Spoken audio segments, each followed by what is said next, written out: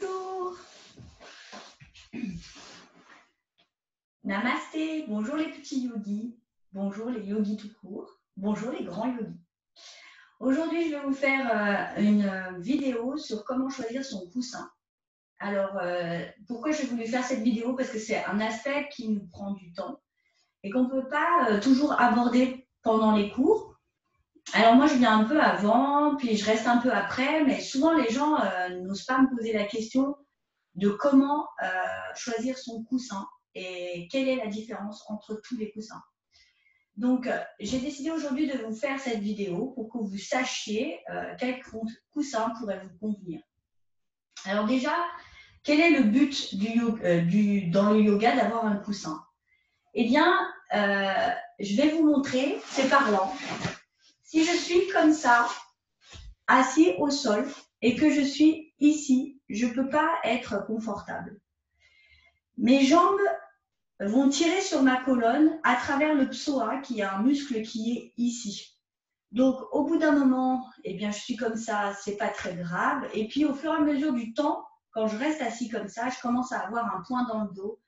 Et finalement, ma colonne va finir par faire comme ça. Je vais m'affaler vers le devant et je vais trouver vraiment cette posture très inconfortable. Et ça ne va pas m'aider à rester en posture très longtemps, puisque du coup, le but quand même de rester assis, c'est de rester le plus longtemps possible en position immobile, de façon à pouvoir méditer et travailler sur notre esprit, qu'il soit complètement libre. Si votre esprit il ressent des douleurs, il ne sera pas libre, hein. Il va se focaliser sur la douleur, et ça c'est bien normal. Pourquoi? Parce que lui, il faut qu'il soit déjà dans de bonnes conditions. Alors le coussin, ça nous sert à ça, à être dans de bonnes conditions. Et vous allez me dire, il y a beaucoup de coussins. Comment je fais pour choisir le coussin qui me correspond? On a des coussins rectangulaires, on a des coussins ronds et hauts, on a des coussins en demi-lune. Alors, ce que je vous propose aujourd'hui, moi, c'est de faire un tour d'horizon de tous ces coussins. La première chose qu'il faut savoir, vous voyez, moi, je remets aussi mon coussin, c'est que la bonne position en yoga et en méditation, c'est mes deux jambes sont sur le sol. Elles sont appuyées sur le sol, de façon à dégager la cage thoracique, mettre les épaules un petit peu en arrière. Le bassin arrive un petit peu vers l'avant, ok? Et je mets mon menton un petit peu vers l'avant pour soulager les cervicales et avoir un dos bien droit. Dans cette posture-là, je n'ai pas de tension dans le dos. Mon dos est reposé, mes épaules sont relâchées. Le bas de mon ventre reste dynamique. Ok? Je vais le montrer de profil.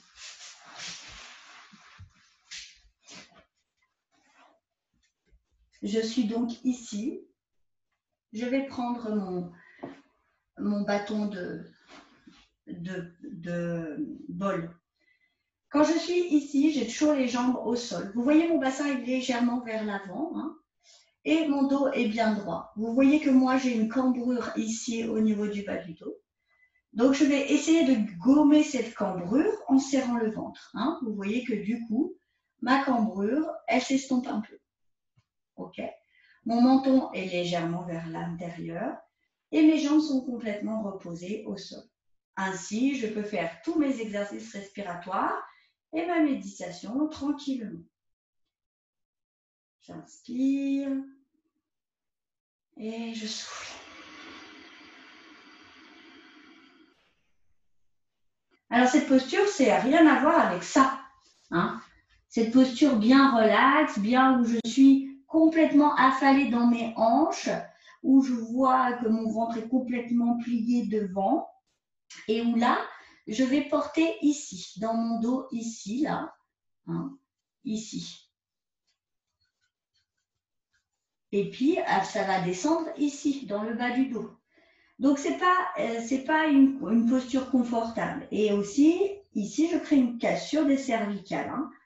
La posture, c'est vraiment celle-ci. OK? Or, dans les cours de yoga, ce qu'on voit, c'est ça. J'enlève mon coussin. On voit ça. Les jambes qui sont très en haut Et du coup, le dos qui part vers l'arrière. Vous voyez, mes épaules sont vers l'avant, le dos est vers l'arrière, mon ventre est vers le devant et j'ai mes jambes trop hautes.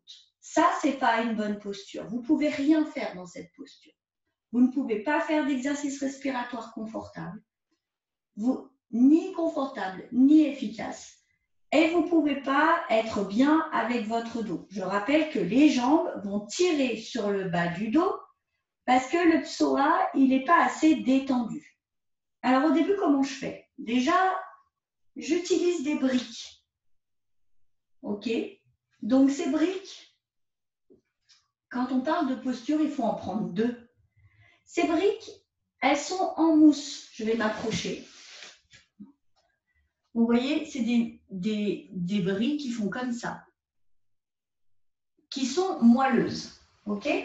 Ne me prenez pas les briques en liège.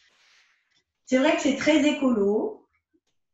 Souvent, on prend ça parce qu'on se dit oui, c'est écologique, mais le problème, c'est que ça vous fait très mal. Le liège n'est pas du tout souple et quand votre corps s'appuie dessus, eh bien, ce n'est pas le liège qui va plier, c'est votre corps qui va faire des escarres. Donc, ne prenez pas de briques en liège. En tout cas, moi, je ne le conseille pas. Hein, après des années de pratique, je préfère les briques en mousse. Alors, ces briques en mousse-là, ben, on n'est pas obligé de les jeter quand la couleur ne nous plaît plus. Hein. Ce qui est justement écologique, c'est de garder les briques longtemps, peut-être même toute sa vie. Et puis, quand on n'en a plus besoin, on peut les prêter à quelqu'un ou même les donner à quelqu'un. On n'est pas obligé de les jeter et d'être dans une société de consommation. Les briques, comment je les mets? Eh bien, si je suis comme ça, je reprends mon exemple comme ça. Si vous restez comme ça, votre corps, lui, il doit soutenir les jambes. Donc, il va se contracter. Hein, il va contracter pour éviter que vous vous fassiez mal en ouvrant trop grand. Donc, qu'est-ce que je fais? Eh bien, je mets des briques. Alors, je rappelle que les briques, vous pouvez les mettre comme ça, hein, ce qui va déjà vous donner un appui, vous redresser. Vous pouvez, selon la hauteur des jambes, les mettre comme ça. Et puis, si vraiment les jambes sont très, très hautes, vous pouvez les mettre comme ça.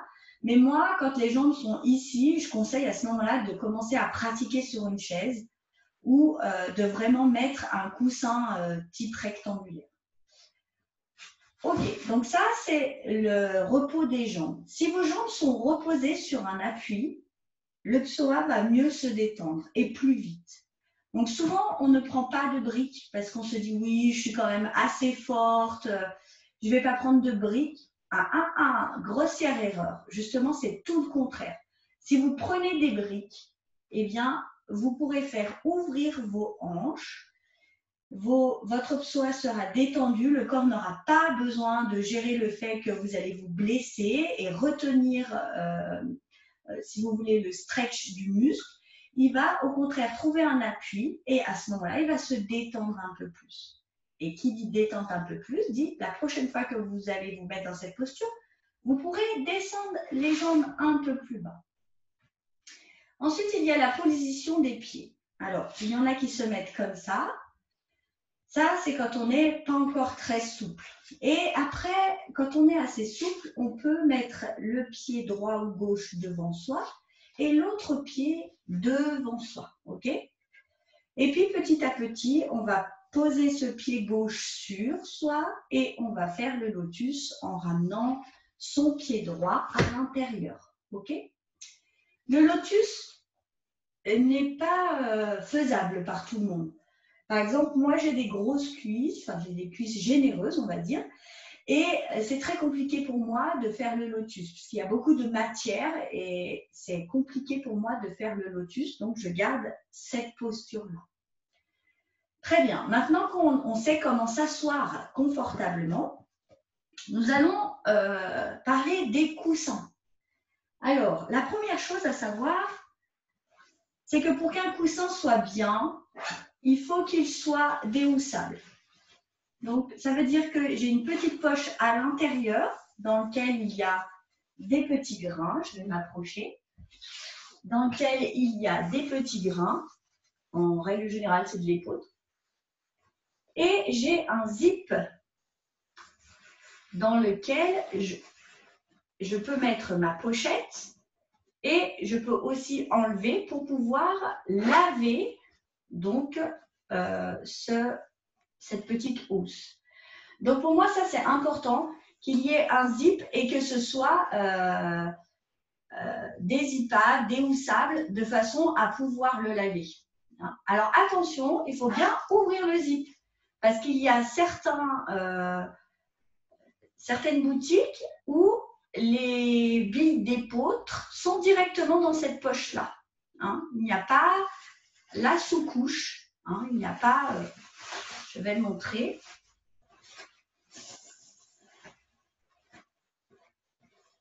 Il n'y a pas la pochette interne. Donc ça, c'est pas viable. Pourquoi? Parce que quand vous allez ouvrir, sortir tout votre sac d'épeautre, qui fait donc une poussière pas possible, du coup, eh bien, vous n'aurez pas envie de le faire 2 fois. C'est juste pas cool de faire ça. Donc, il faut un coussin comme cela qui est déhoussable.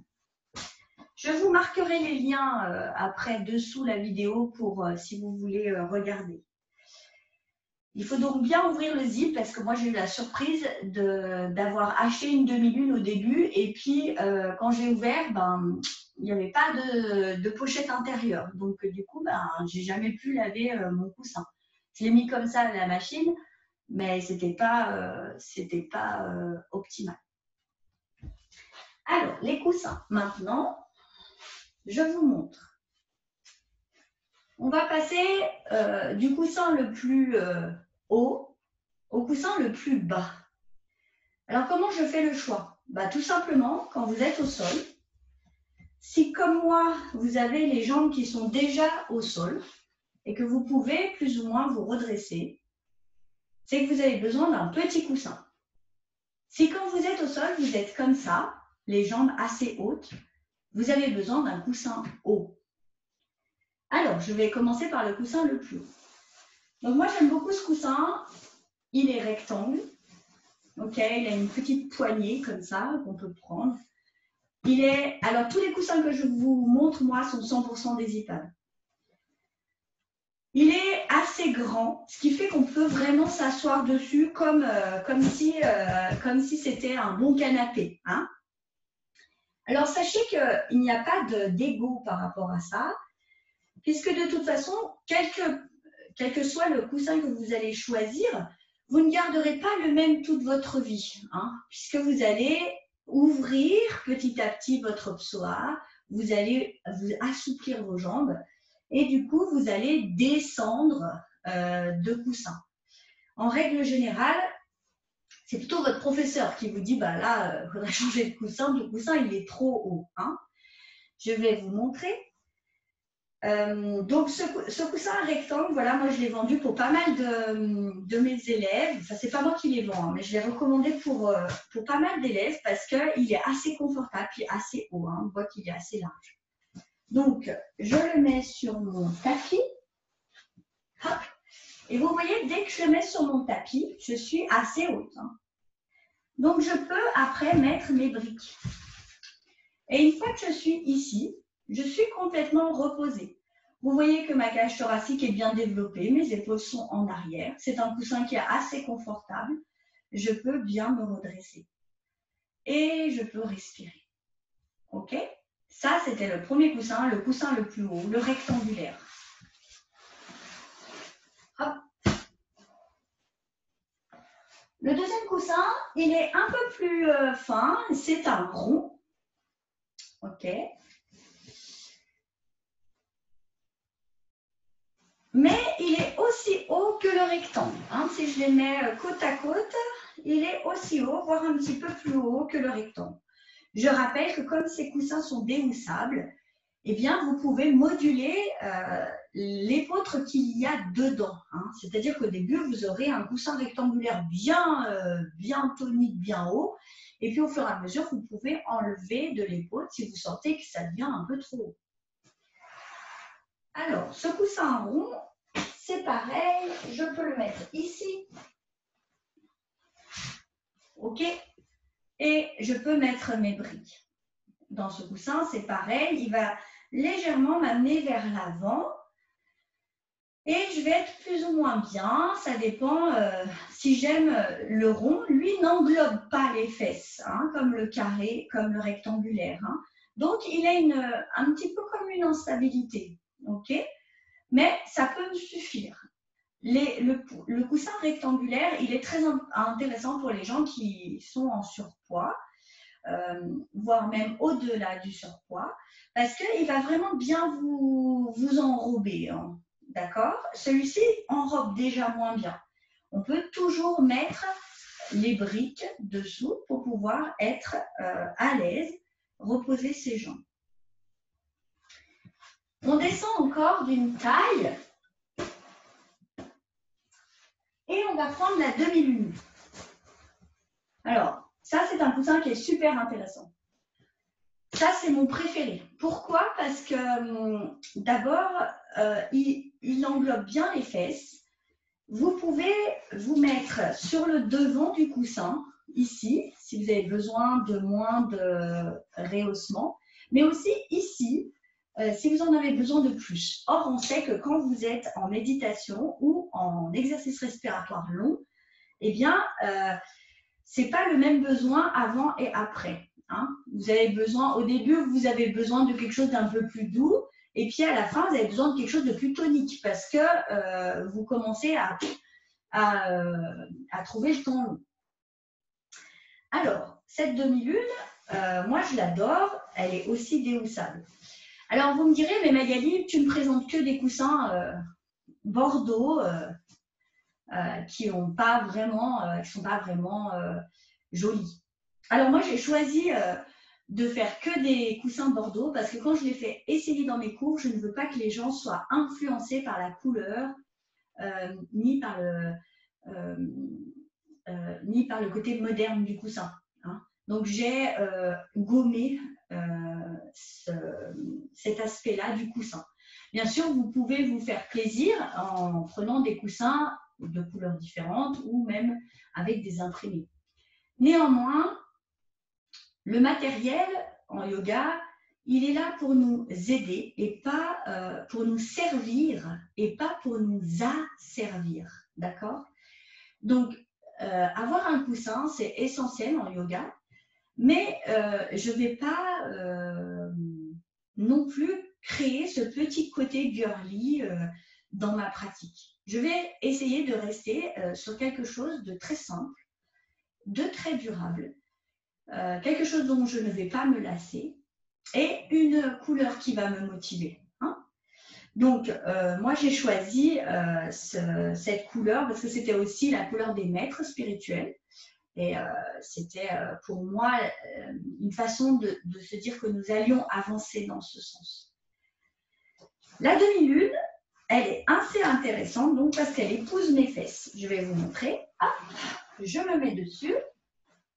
Alors, moi, je suis toujours obligée de mettre des briques parce que du coup, je suis bien plus basse que ça d'habitude. Et si je ne mets pas les briques, eh bien, ça va me gêner, ça va me blesser en fait.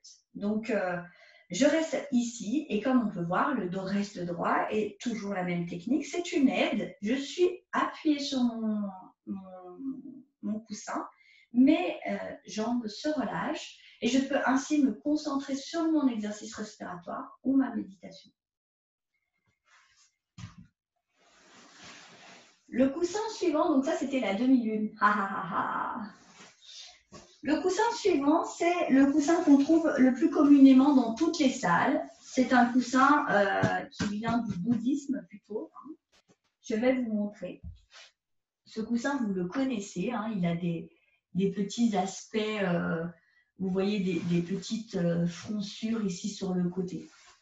Alors moi, ironiquement, c'est toujours une opinion personnelle, hein, mais c'est un des coussins que je trouve le plus mal fait. Pourquoi? Parce que quand vous êtes dessus, d'abord, il est très plat. Donc, vous allez, ça vous aplatit les fesses au bout d'1 heure ou 1 heure et demie de méditation. C'est très désagréable. En fonction de la dureté, je trouve que ça impacte la colonne. Et il n'est pas très stable. hein, ça va avoir tendance à aller sur les côtés, quoi. Alors, je vous montre. Hop, je me mets sur le coussin. Et je mets les briques. Alors, vous voyez, ça rend quelque chose de très...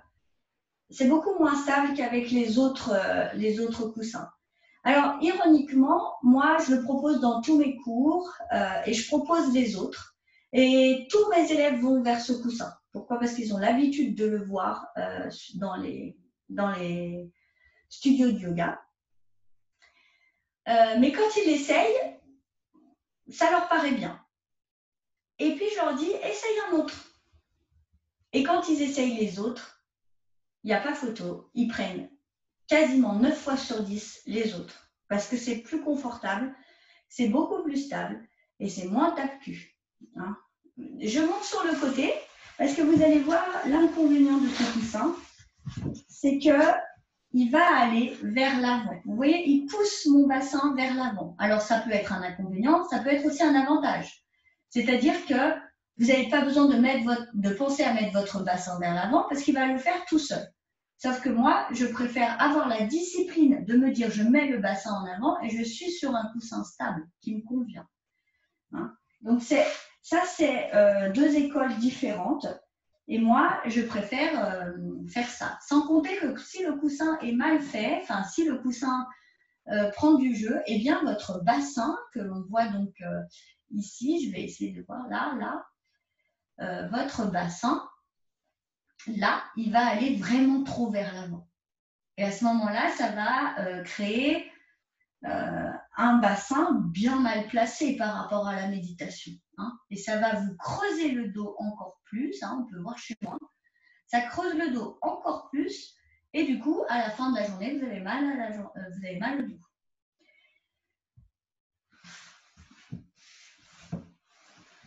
Donc ça, c'était le coussin en rond que vous avez l'habitude d'avoir donc en cours de yoga. Vous voyez, donc moi là, je l'ai sorti en orange pour que ce soit bien clair. Ensuite, vous avez le petit carré. Ça, c'est pour ceux qui commencent déjà à avoir les jambes assez bien ouvertes. Alors, on parlait d'évolution de pratique.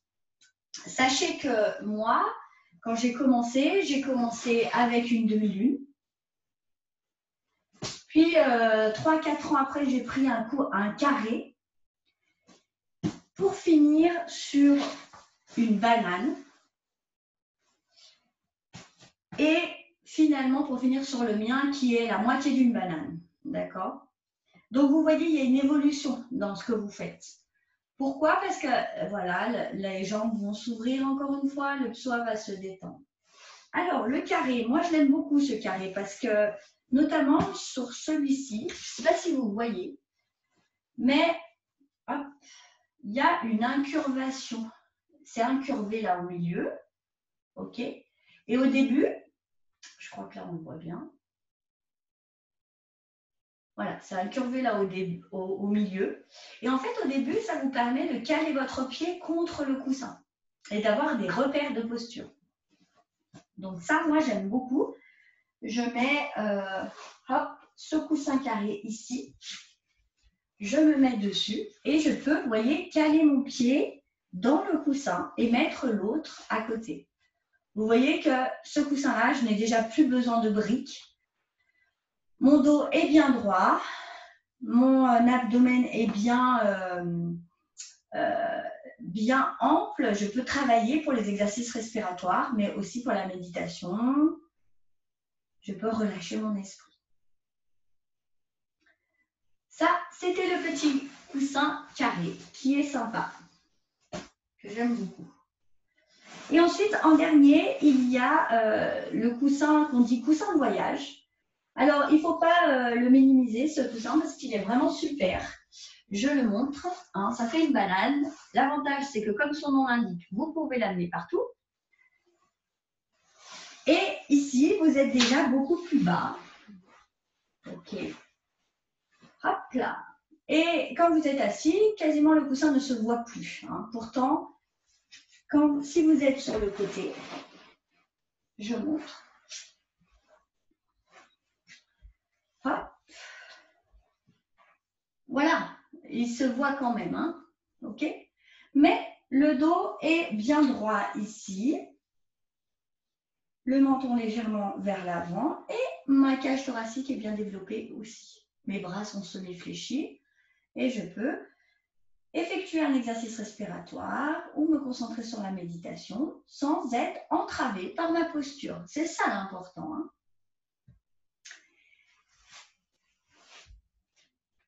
Et ensuite, vous pouvez donc enlever de l'épeautre de ce coussin et finalement arriver à ce coussin qui va être presque plat. Hein. Si je vous montre le mien, vous voyez que hop, il n'y a quasiment plus que la moitié d'épeautre dedans. Okay. Et ça aplatit un petit peu plus le coussin, ce qui fait que ça me ramène un peu plus vers le sol. Hop. Vous voyez, c'est très facile de rehausser et déhausser son coussin. Hein. Il n'y a que à faire glisser l'épeautre en bas et à pousser tout simplement. Hop, je referme.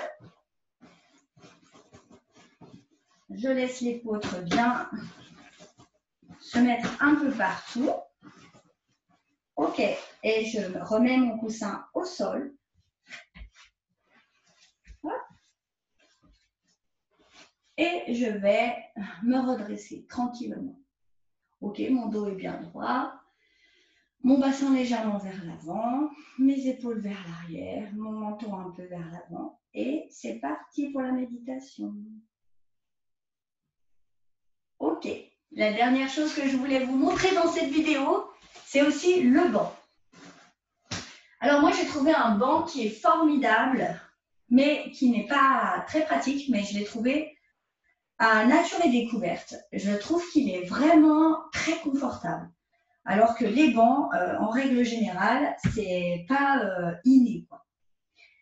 Vous voyez qu'il est incurvé. Okay, on voit qu'il y a un côté qui est plus bas que l'autre. Hein. Si je le pose au sol, vous voyez qu'il est incurvé comme ça. Alors, ne le mettez pas à l'envers. Hein. Ne le mettez pas comme ça, ça n'a aucun sens. Le fait qu'il soit incurvé, c'est justement pour amener votre bassin vers l'avant. La chose aussi qu'on fait souvent par erreur, on essaye de mettre les pieds ici. Non. Les pieds, c'est sur les côtés, ici. Donc, je montre. Je mets mon banc au sol. Et puis, je vais mettre mes jambes sur les côtés. Et je m'assois. OK.